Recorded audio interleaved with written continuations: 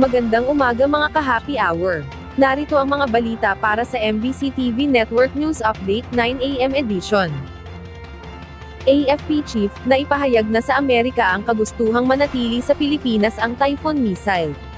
Yan ang MBC TV Network News ni Edniel Parosa.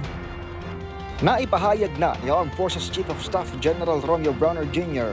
sa mga Amerikano ang kagustuhan nitong manatili sa Pilipinas ang Typhoon Medium Range Capability o MRC missile system ng United States Army. Ginawa ni Browner ang pahayag bilang paglilinaw sa nauna niyang sinabi na kung siyang tatanungin, nais niyang maging permanente ang armas na dinala sa Luzon para sa joint exercises. Ayon sa General, informally na niyang nakausap ang US counterparts pero wala pang tugon ng mga ito. Nakadepende pa rin kasi sa Mutual Defense Board Security Engagement Board kung aalisin na sa bansa ang Typhoon MRC na inirereklamo ng China at Russia. Sa hiwalay na ambush interview, sinita ni Defense Secretary Gilbert Chodoro ang mga sumilip sa presensya ng weapon system sa bansa. Hamon ng kalihim, dapat lumaya sa West Philippine Sea o bitiwan ng naturang mga bansa ang kanilang ballistic at nuclear weapons bago mangyalam sa pagpapalakas ng depensa ng Maynila. Kaya ng Typhoon MRC na magpakawala ng missiles na maaaring umabot sa Luzon Strait, West Philippine Sea at South China Sea.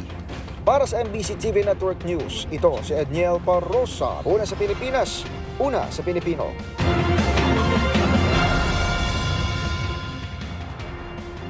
Samantala, sa MBC TV Weather Update, lumakas pa at isa ng severe tropical storm ang bagyong Julian.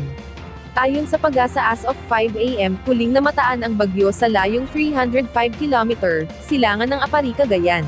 Taglay nito ang lakas ng hanging aabot sa 95 km per hour malapit sa gitna, pagbugso na hanggang 115 km per hour, at kumikilos pa kanluran-hilagang kanluran sa bilis na 10 km per hour.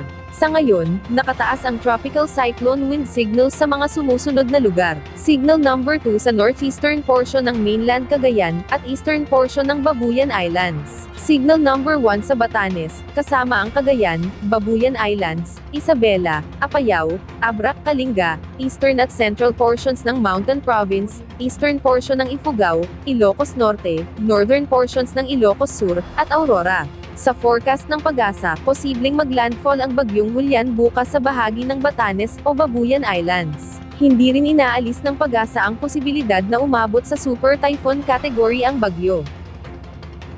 At yan ang mga balita para sa MBC TV Network News Update 9 AM edition. Abangan ang mga susunod na balitaan mamaya para sa 10 AM edition.